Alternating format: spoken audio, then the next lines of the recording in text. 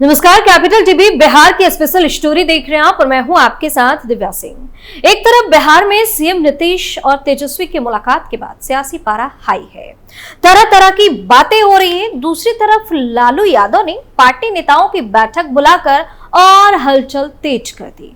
लेकिन अब JDU MLC ने जिस तरह का बयान दिया है उसने बवाल मचा दिया है, साथ ही बीजेपी को टेंशन में भी डाल दिया है। बिहार में एक बार फिर मचा सियासी बवाल। नीतीश कुमार के एमएलसी ने किया बड़ा ऐलान।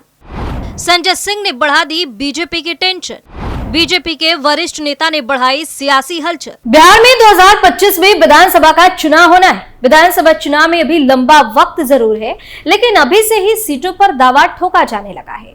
ऐसा लग रहा है कि नेताओं ने अपनी तैयारी शुरू कर दी है।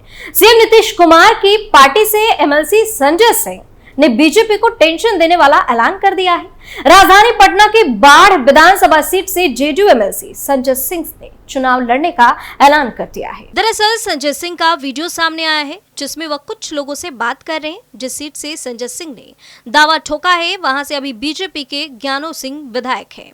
संजय सिंह समझाते हुए कह रहे हैं कि हम चुनाव लड़ेंगे और बाढ़ से ही लड़ेंगे, आप लोग चिंता मत करिए। जब मन बन जाता है तो आगे युद्ध के मैदान में क्या होगा इससे घबराना नहीं चाहिए।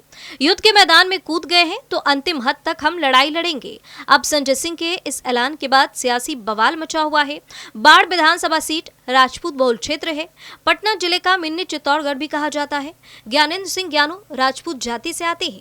हालांकि वो बाढ़ के रहने वाले तो नहीं है, उनका अपना घर बख्तियारपुर विधानसभा क्षेत्र के रुकनपुरा में है। लेकिन 2005 से ज्ञानेंद्र सिंह ज्ञानू अभी बाढ़ विधानसभा के विधायक हैं। बीजेपी से पहले ज्ञानू जेडीयू में थे। मुख्यमंत्री नीतीश कुमार का संसदीय क्षेत्र होने के कारण ज्ञानू व सीएम के काफी ज्यादा करीबी रहे हैं। ऐसे में नीतीश कुमार ने 2005 में उन्हें टिकट दिया था। 2005 से 2015 तक 2 बार 10 सालों तक वे जेडीयू के टिकट पर चुनाव जीते हैं।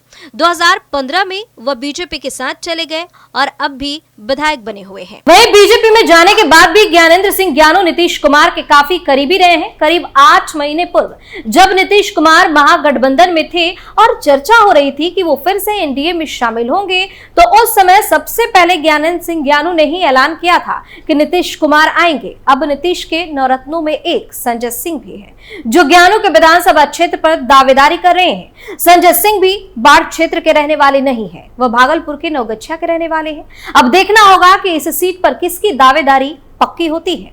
गौर करने वाली बात यह है कि बिहार की राजनीति में नेताओं के बयान हमेशा चर्चा में रहते हैं। इससे पहले बिहार में भाजपा के वरिष्ठ नेता और पूर्व केंद्रीय मंत्री संजय पासवान की एक बयान ने सियासी हलचलें बढ़ा दी है। उन्होंने बिहार की राजनीति को नई हवा दी थी।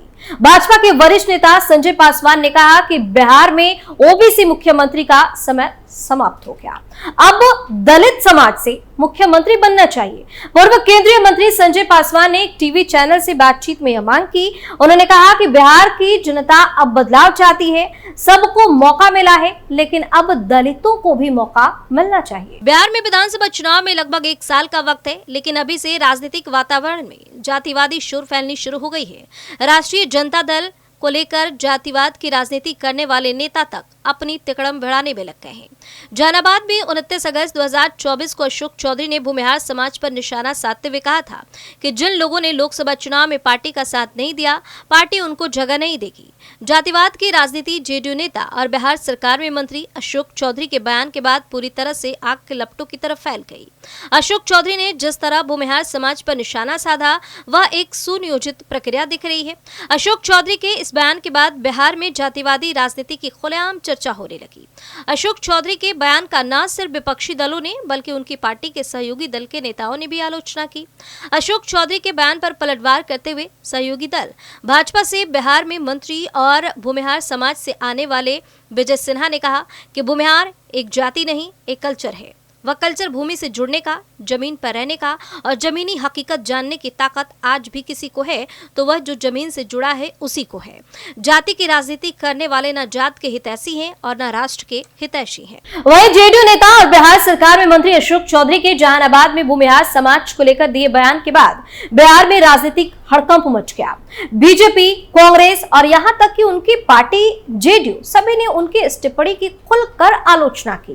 जेडीयू प्रवक्ता नीरज कुमार ने तो यहाँ तक कहा कि अशोक चौधरी पार्टी में नए हैं, पार्टी के निर्माण में इसकी कोई भूमिका नहीं रही है, तो बने बनाए घर में आए हैं, इसलिए ऐसे लोगों के बयान को पार्टी तवज्जो नहीं देती।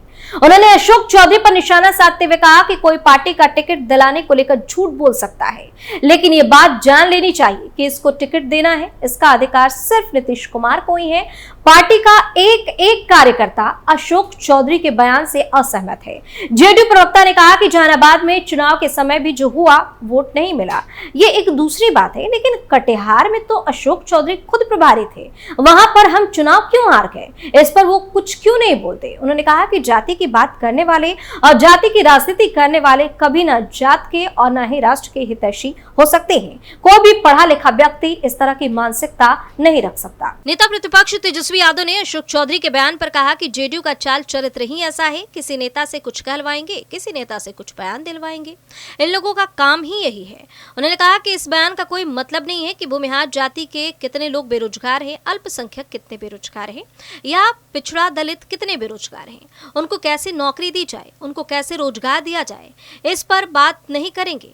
तेजस्वी ने कहा कि सीतामढ़ी के सांसद ने भी यादव और मुसलमानों को लेकर इस तरह का आपत्तिजनक बयान दिया, ये लोग सिर्फ सत्ता में भोग लगाना चाहते हैं। उधर कांग्रेस विधायक अजीत शर्मा ने कहा कि अशोक चौधरी मंत्री पद पर है, उनका इस तरह का बयान शर्मनाक है। उनके पिताजी महावीर चौधरी को भूमिहार समाज भी वोट देकर जिताता रहा है, उनको भी समाज के लोगों ने वोट दिया है। कांग्रेस नेता ने कहा कि भूमिहार समाज कभी जाति नहीं देखता, वो हमेशा सभी समाज को लेकर चलता है, इसलिए अशोक चौधरी को अपने बयान के लिए पूरे देश के भूमिहारों से माफी मांगनी चाहिए। तो जहानाबाद में मंत्री अशोक चौधरी ने भूमिहार समाज पर निशाना साधते हुए कहा था कि लोकसभा चुनाव में भूमिहार समाज ने जेडीयू को वोट नहीं दिया, इसलिए हम चुनाव में हार गए, अब हम उनके लिए काम नहीं करेंगे, जिसके बाद से ही बिहार की सियासत तेज है। इस बीच भाजपा के वरिष्ठ नेता संजय पासवान ने बिहार में दलित समाज से मुख्यमंत्री बनाने की मांग को लेकर सियासी तापमान को और ज्यादा हाई कर दिया, और अब जेडीयू के एमएलसी संजय सिंह के ऐलान ने तो बिहार में बवाल ही मचा दिया है। इस स्पेशल स्टोरी में फिलहाल के लिए देखते रहिए कैपिटल टीवी बिहार। नमस्कार।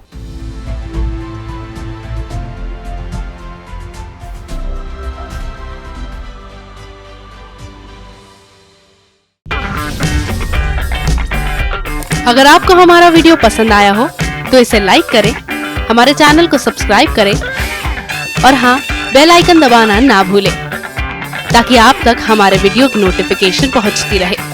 आप अपना सुझाव हमें कमेंट बॉक्स में दे सकते हैं। हमारे साथ जुड़ने के लिए शुक्रिया।